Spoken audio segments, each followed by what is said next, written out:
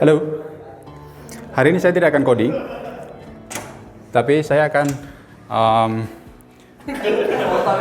mumpung teman-teman di sini lagi pada kumpul, saya akan ngobrol tentang hal yang saya ingin bedah satu aplikasi yang sudah dibuat oleh anak-anak Ruang Ekspresi, yaitu aplikasi Pesan Aja. Karena di sini banyak ini developer dari Pesan Aja. Developer dari Pesan Aja, tim leadernya di sana menyendiri di sana. Ya. Nah, ini kita akan ulik lebih jauh lagi tentang aplikasi Pesan Aja. Jadi mereka udah bangun aplikasi ini sejak lama. Kita akan tanya-tanya ke mereka, idenya dari mana, teknologi yang dipakai apa, kemudian proses membangun aplikasi itu seperti apa. Nah, saya akan tanya-tanya mereka. Ya, jadi kita akan tanya-tanya lebih jauh tentang aplikasi Pesan Aja, karena ini idenya menarik ya, dia jalan di kampus, terus dia memenuhi kebutuhan kampus, terus yang unik lagi ini bisa jadi bisnis sampingan bagi mahasiswa-mahasiswa yang nongkrong di kampus. Nah, Pesan Aja ini mulainya dari mana, Arfian dulu itu aplikasi Pesan Aja itu? Aplikasi Pesan Aja mulainya itu sebenarnya awalnya itu dari proyek kelas. Nanti ya mata kuliah ada proyek untuk pesanan. Nah, tapi pas sudah selesai masih banyak yang perlu dikembangkan lagi. Jadi kita mengumpulkan beberapa teman untuk mengembangkan Pesan Aja. Kalau nggak salah itu launchingnya dulu pas ini ya, project ini ya, 5PAX ya. Jadi di Prodi itu ada 5PAX namanya, Final Project Exhibition. Nah, ini udah 2 tahun. Nah, tahun terakhir kemarin itu di 2000 berapa ya? 2019 ya? 5PAX 2019 itu kita pertama kali diluncurkan aplikasi Pesan Aja ini. Diluncurkan. Ya, karena dulu memang itu project di kelas ya, project kelas, kemudian kok dirasa-rasa idenya cukup bagus tuh untuk diterapkan di kampus. Nah, jadi kemarin kita pas launching itu kalian ngerjakan berapa lama itu? Semalam. Dari ini ya, project yang kelas itu kan belum selesai ya, belum clear. Jadi satu malam ya 2 kali 24 jam lah ya ininya ya. Mungkin 2 kali 24 jam disempurnakan. Nah, itu waktu 5PAX kita luncurkan yang versi pertama untuk aplikasi Pesan Aja itu. Untuk teknologinya pakai apa, Dit? Yang Pesan Aja, Dit? Kalau untuk Pesan Aja itu awalnya kita itu pakai Angular ya, yang di web itu. Yang di mata kuliah itu pakai Angular. Tapi kan karena itu web pertama kita bikin web dulu ya? Iya, punya web. Karena kan itu mata kuliah teknologi RPL. Oh iya, rekayasa perangkat lunak. Jadi bentuknya tuh web gitu. Pas versi pertama kita bikin web dulu di kelas ya. Nah, terus yang 2 kali 24 jam itu kita ubah itu jadi versi mobile. Nah, gitu. Mobilenya kemarin dulu pakai apa ya? Mobilenya pakai Ionic ya, Mas. Pakai Ionic. Itu kemarin pas di launching yang pertama itu baru memenuhi fungsional apa aja itu? Yang baru pertama launching itu memenuhi fungsional untuk pemesanannya. Pemesanannya? Iya, pemesanan. Tapi dulu kayaknya sempat dicoba langsung gitu ya? Sudah dicoba langsung. Dulu tuh yang jualan siapa? Dari kami itu dari tim. Dari tim. Bantuan juga dari teman-teman dari kelas. Dulu untung berapa, Dit? Sekitar berapa itu? Lumayan ya Pak itu Pak. 2 hari itu 200 ribuan. Ya. Ada nggak sih? Enggak ada. Ada 200 ribu. Ada 200 ribuan. Iya, 200. Jadi dulu itu pas kita cobakan aplikasi itu, awalnya kita prioritaskan untuk user. Nah, di sisi back office-nya itu belum dibuat. Jadi dulu back office-nya gimana ceritanya dulu? Rahasia perusahaan. Dulu kan back office-nya kan karena yang baru dibikin kan itu sisi user ya. Karena back office-nya kan karena kita menggunakan Firebase. Oh ini ya, database-nya Firebase ya. Ya, jadi ya manual gitu, mantau Firebase kalau misalnya ada pesan, ada pesanan, cari dulu nama ID-nya mana. Kurangin saldonya manual gitu. Jadi ada keseruan dan apa ya, kelabakan ya waktu itu ya. Iya. Ya jadi pas kita coba itu dulu baru untuk user, jadi untuk itu ada sistem saldo ya dulu ya. Jadi kalau nggak salah dulu ada stand gitu di depan gitu, terus dibuat untuk tambah saldo. Iya. Yang nangani dulu siapa kamu ya, Eris? Kalau saya tuh dulu tuh ini jadi penjelas rektor. Pak Rektor kan dulu saya yang jelasin ke rektor. Oh iya. Ya untuk adminnya itu ke si Mas Bangun. Oh, Bangun. Iya, Mas Bangun, dia sebagai admin untuk nambah saldo. Jadi dulu kita bikin kayak counter gitu, counter di depan, terus counter itu fungsinya adalah untuk top up saldo gitu. Itu dulu sempat mahasiswa kita dulu ya, di mahasiswa sama dosen-dosen ada yang pesan nggak dulu? Ada ya? Ada 2 hari. Barang-barangnya dari mana dulu? Nah, jadi itu kan di kelas itu ada pembagian kelompok per kelas ya. Dan kan kebetulan punya kami yang diajukan di FPX. Jadi kelas itu urunan patungan ya. Buat beli modal awal gitu. Patungan beli modal awal. Itu keren tuh. Jadi itu pertama kali kayaknya itu aplikasi yang pertama jadi deh ini punya mahasiswa ya. Pertama jadi, maksudnya aplikasi, kalau biasanya kan di mata kuliah itu kita punya ide ya, jadi ide, gagasan, kemudian paling mentok itu di prototyping. Jadi prototyping itu sudah pencapaian paling akhir itu di teman-teman mahasiswa di mata kuliah. Nah, project Pesan Aja ini adalah mata kuliah yang ide yang aplikasi pertama jadi tidak hanya mandek di prototyping aja. Nah, sekarang kita cerita di versi selanjutnya, versi yang kita bangun udah sampai versi berapa? Sekarang versi 1.2. 1.2 ya. Nah, 1.2. Gimana? 1.2 ini penyempurnaannya ada di mana? Ada di sisi yang awalnya kan kita buatnya itu di bagian user dulu. Nah, untuk yang 1.2 ini sekarang udah ada untuk sisi pengguna atau user, ada untuk pengantarnya. Pengantar itu kemarin kita namanya apa ya? Runner ya. Runner. Jadi ada runner. Jadi di aplikasi ini ada namanya runner. Runner itu adalah orang yang nanti tugasnya adalah mengantarkan pesanan dari kantin atau dari penjual-penjual yang terhubung dengan aplikasi Pesan Aja, kemudian diantarkan ke pembeli gitu. Nah, runnernya itu bisa dari siapa saja, termasuk dari mahasiswa gitu ya. Dari mahasiswa. Jadi kan kemarin kita melihat di kampus itu kalau jam-jam kosong itu banyak mahasiswa yang nongkrong di kampus gitu ya, nongkrong di kampus. Nah, daripada hanya nongkrong gitu, menunggu sesi kuliah dari sesi satu ke yang lainnya kan ada jeda biasanya. Nah, itu kita bikin kesempatan untuk jadi runner. Runner dapat duitnya dari mana? Dari komisi nanti pas ngantar pesanan gitu, nanti dapat komisi. Oh, dari komisi. Jadi misalnya harga 10.000, nanti ada plus biaya pengantaran gitu ya, biaya pengantaran. Itu mirip Gojek sebenarnya, Gojek terus GoFood ya, GoFood. Kelebihannya dari GoFood apa? Kalau Gojek atau GoFood itu kan skalanya umum ya. Ya, kalau yang pesan aja ini lokal. Ya, untuk lokal internal kampus. Internal kampus ya. Ya. Tapi ini mungkin nggak diterapkan di kampus-kampus lain yang punya kantin gitu? Sangat mungkin ya.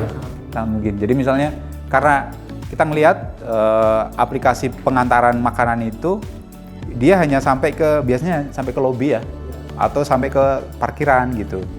Nah, sementara untuk mengakses di di dalam di gedung perkuliahan kita yang apa namanya luas ya, ada 10 lantai, ada apa namanya, ada 3 gedung utama. Nah, jadi biasanya mereka hanya sampai lobi atau sampai parkiran gitu. Nah, sementara di internal kita itu ada kantin ya, ada kantin dan ada beberapa orang yang bisnis makanan gitu. Nah, jadi sebenarnya ini peluang yang cukup bagus ya, karena runnernya pun jadi internal ya.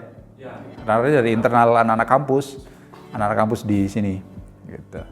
Jadi aplikasi pesan aja ini dulu proyek mata kuliah, terus dilanjutkan di mata kuliah KP ya, kerja praktek magang. Nah, jadi di ruang ekspresi kita tampung ide itu, kemudian kita jadikan program magang. Nah, program magang ini kan targetnya teman-teman di tim itu bisa menyelesaikan proyeknya masing-masing. Itu sudah gimana? Yang versi 1.2 itu udah ini? Udah berapa persen atau udah selesai? Sekitar 90% lebih, Pak. 90% itu yang kekurangan di apa? Di pembayaran ya palingnya? Ya, pembayaran. Ya, karena kemarin kita pengen mengintegrasikan pembayaran ini dengan apa kemarin? Sama Duitku ya. Jadi ada payment gateway. Jadi kita pengen mengintegrasikan sistem itu dengan payment gateway di luar biar orang top up itu lebih gampang. Jadi top up-nya bisa kayak kita bayar kereta api, kayak bayar ini marketplace online itu. Jadi lebih gampang untuk melakukan top up sebenarnya yang pesan aja itu. Nah, itu di mobile atau di ini sekarang yang versi terakhir? Di mobile, Pak. Mobile ya? Mobile web? Untuk webnya itu di adminnya, Pak. Oh, di admin pakai web? Adminnya pakai web. Tapi untuk user pakai ini ya, mobile? Ya. Ya, untuk user pakai mobile. Ya, jadi selain mereka ada teman-teman tim lagi yang lain itu siapa aja yang nggak ada di sini? Ya, ada Sofyan.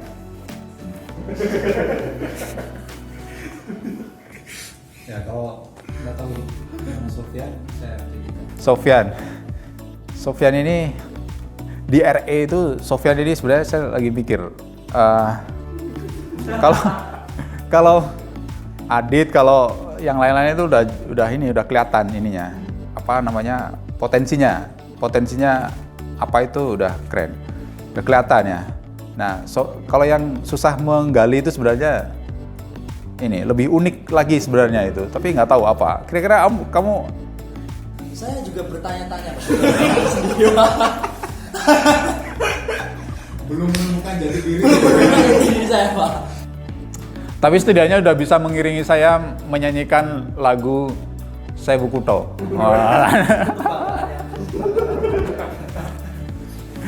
Ya. Oke, ini bincang-bincang saya dengan teman-teman tim dari Ruang Ekspresi untuk tim aplikasi pesan aja. Jadi kita berharap aplikasi pesan aja itu situasi ini segera berakhir ya, pandemi ini segera berakhir agar situasi yang mendukung untuk teman-teman berkarya di kampus itu lebih maksimal ya dikembangkan. Jadi saya pengen sekali sebenarnya aplikasi pesan aja itu segera running, kita coba bagaimana respon dari teman-teman kampus, kemudian dari pihak universitas, dari masyarakat itu terhadap aplikasi pesan aja itu. Karena role bisnisnya udah keren sekali. Udah keren banget ini untuk apa namanya? Karena berbagai apa namanya? Pihak itu diuntungkan dengan adanya aplikasi ini, ya kan? Jadi kita kan ada customer ya, customer itu bisa dari siapa aja? Mahasiswa, dosen gitu ya, siapa saja yang ada di kampus. Kemudian runner itu dari mahasiswa atau siapapun ya yang ada di kampus. Kemudian ada lagi warung gitu. Warungnya itu bisa dari kantin yang ada di kampus dan juga bisa ini misalnya saya jualan apa namanya? Jualan nasi rames gitu bisa nggak? Bisa. Itu warungnya udah multi user. Ya, warungnya multi user. Jadi dari warung itu siapa saja bisa, misalnya teman-teman mahasiswa juga ada yang jualan itu bisa juga ya, bisa juga. Nah ini apa namanya menyatukan bisnis di kampus ini udah keren banget ini. Itu mungkin nggak kalau misalnya dikembangkan terus jadi pengantaran gitu. Misalnya gini, saya ketinggalan laptop di lab, sementara posisi saya ada di ruang dosen. Saya pengen, aduh saya harus bolak-balik nih, saya mau minta tolong ambilin di pesan aja gitu, bisa nggak kira-kira? Untuk role bisnis yang saat ini? Role bisnis yang saat ini Kayaknya belum ya? belum, tapi mungkin bisa. Mungkin bisa. Bisa ya? Bisa. Selain kalau misalnya gini, dulu kan ada Gojek itu kan awalnya ini ya, awalnya ojek aja gitu ya. Kalau ini misalnya pesan aja, itu awalnya pemesan makanan gitu, itu mungkin nggak dikembangkan ke yang lain? Mungkin Pak. Apa itu? Misalnya apa? Ya, untuk yang pengantaran juga itu bisa nanti. Pengantarannya? Pengantarannya. Tapi pengantarannya dari sisi seperti pengantaran barang. Pengantaran barangnya dari Iya. ruang satu ke ruang lain itu gitu bisa ya? mungkin. Ruang satu. Kalau kita lihat yang apa Gojek, Grab itu kan kita lihat portalnya kan jadi banyak banget itu kontennya itu. Maksudnya kaya gitu loh kontennya. Kalau di kampus itu mungkin nggak apa ya yang bisa dikembangkan lagi tuh di aplikasi pesan aja itu fitur-fiturnya atau fitur ya dalam imajinasi kalian yang bakal nanti dihadirkan itu apa? Mungkin kalau ini kan posisinya kan internal kampus di UAD. Nah, mungkin bisa ditambahkan semacam kayak berita tentang kampus itu mungkin bisa untuk informasi itu. Kayak semacam blog gitu.